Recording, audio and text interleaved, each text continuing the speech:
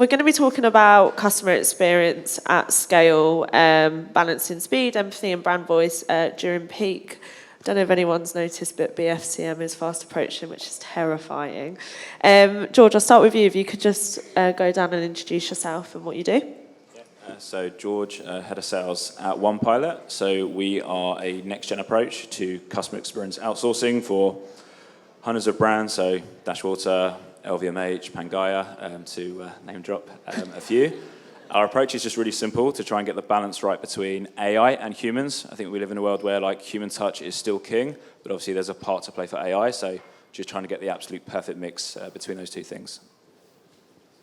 Hi, I'm Farah. I'm the CEO of Hanx. We're an intimate and sexual wellness brand designed with women in mind. We offer products and services for women at each stage of their health, right the way from their first time to their first child, menopause and beyond.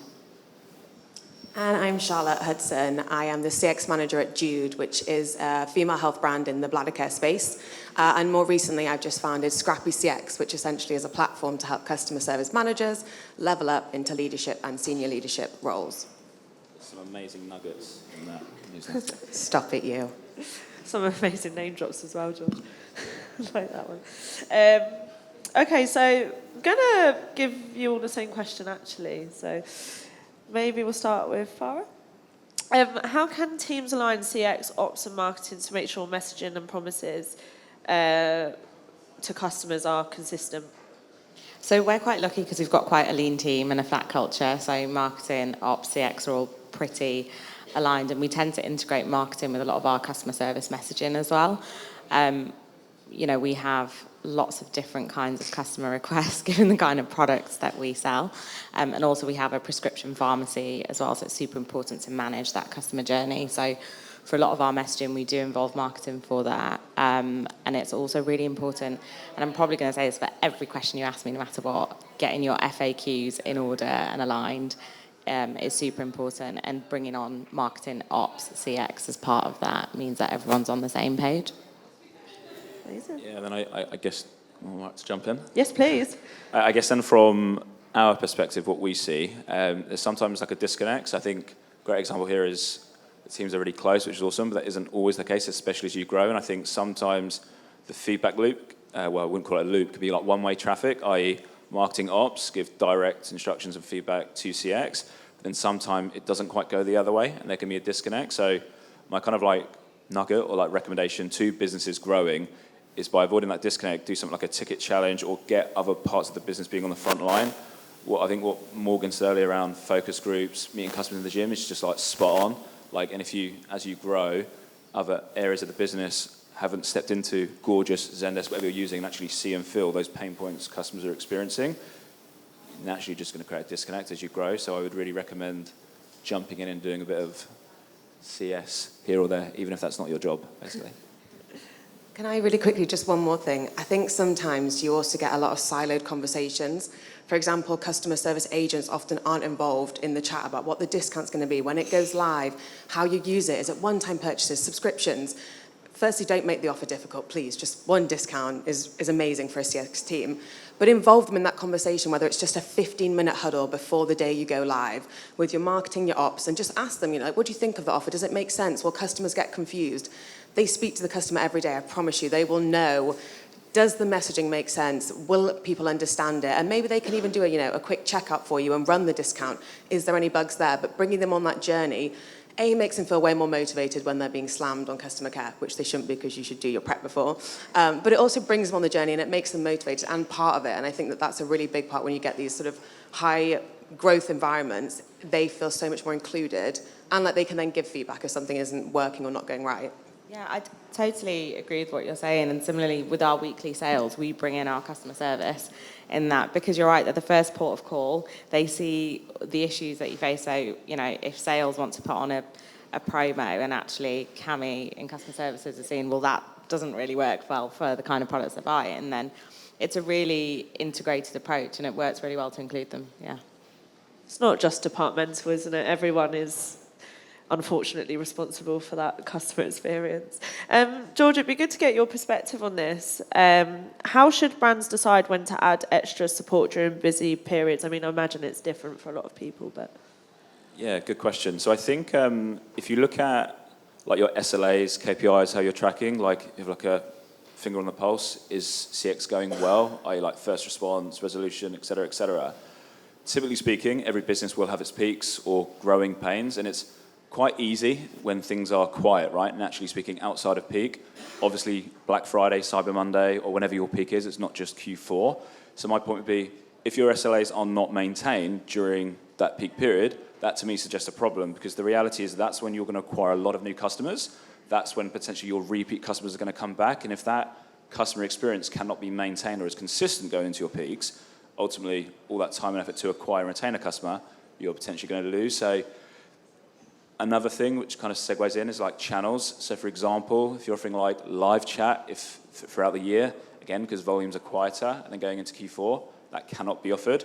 To me, that's just, you're actually now reducing the level of customer experience. So two main things. Yeah.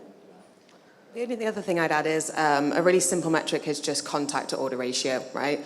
Last year, what was the contact order ratio? How does it uptick when you have these high growth moments? And then you can just backtrack, right? Well, if we've got this many orders that we think we'll get, how many contacts might we get? And then we can just sort out the customer service team. Ta-da! So simple. It's look at the data. Like, I think that always says a lot. Farah and Charlotte, how do you find the right balance between automation and human support during that peak period? You go. Yeah, so for us, the automation is super important because we're such a small, lean team. So again, sort of having your macros aligned, having your FAQs, etc., all up to date. But ultimately, again, given the type of products we sell, there does have to be that human touch. If someone has a specific medical request, for example, and it's about balancing what we can automate and not. So we have subfolders that set up depending on the type of query it is, whether that's change order, etc.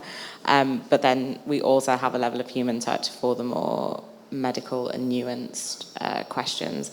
I think coming back to your point about looking at last year, like what was the volume, what was the touch point, and planning around that, and knowing where else we need to automate, because we've launched on average 3 products every year, and every product have different, things around them that you need to be nuanced on. So updating those manuals, those FAQs and macros around that, but knowing that you still have to have the human touch. You can't be entirely automated. I think also if you are focused on just automation and efficiency, you lose that touch point with your customer in knowing, do they actually like the product, do they need help, etc. So I think it's finding that balance.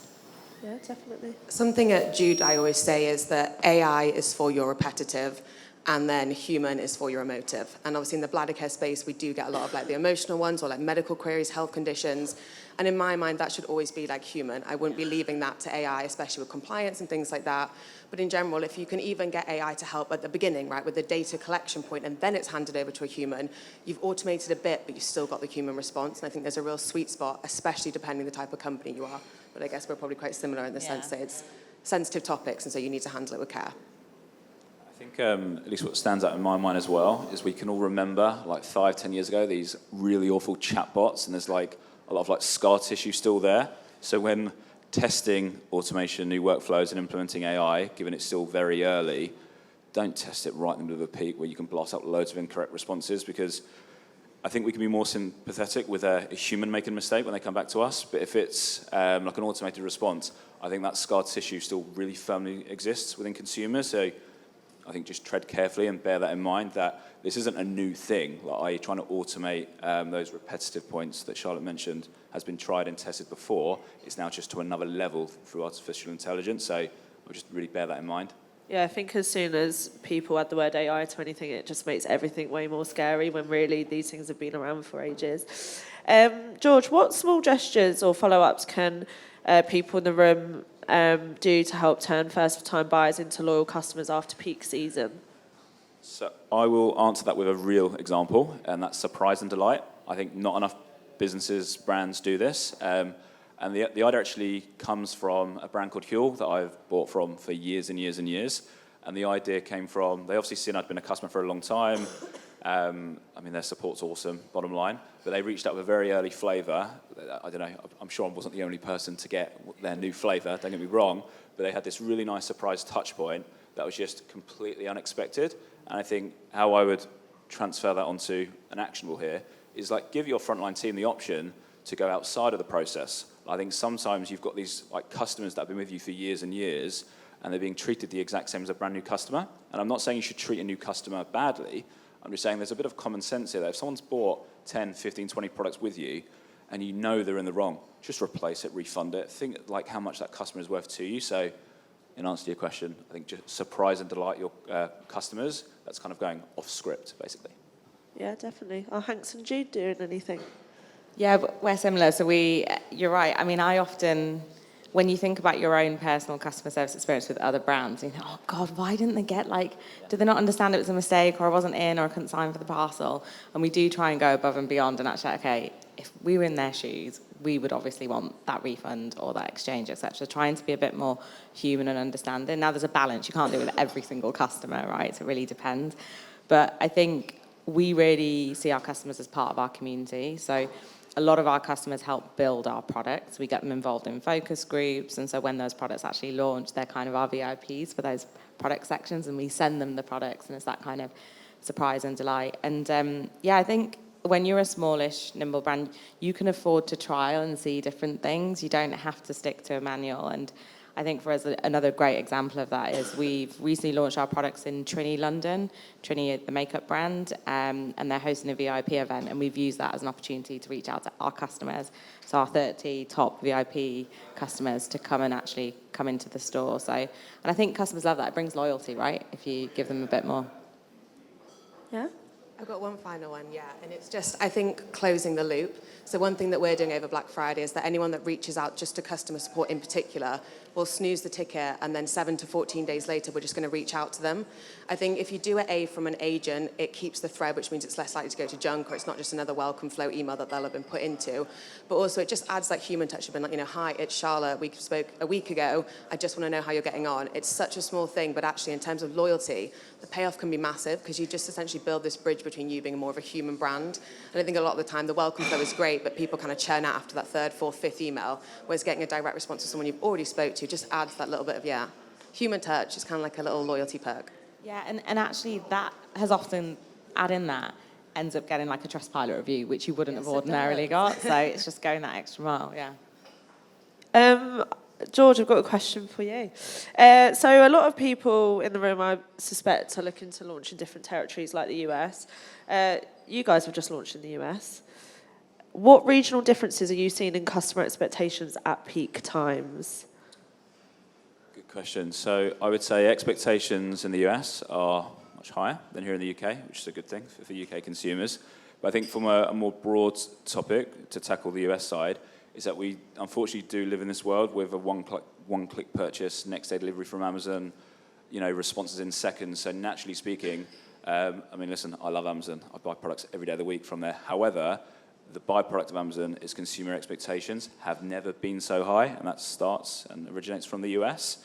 Hopefully I'm answering your question, but I think the takeaway here is when you're looking at what channels do you offer, are you offering 7-day support, during peak periods, are you being very transparent of how long it's going to take? So if your average first response time is 12 hours, but during peaks, it's going to dip to 48 hours, which isn't great, by the way, but that's the case.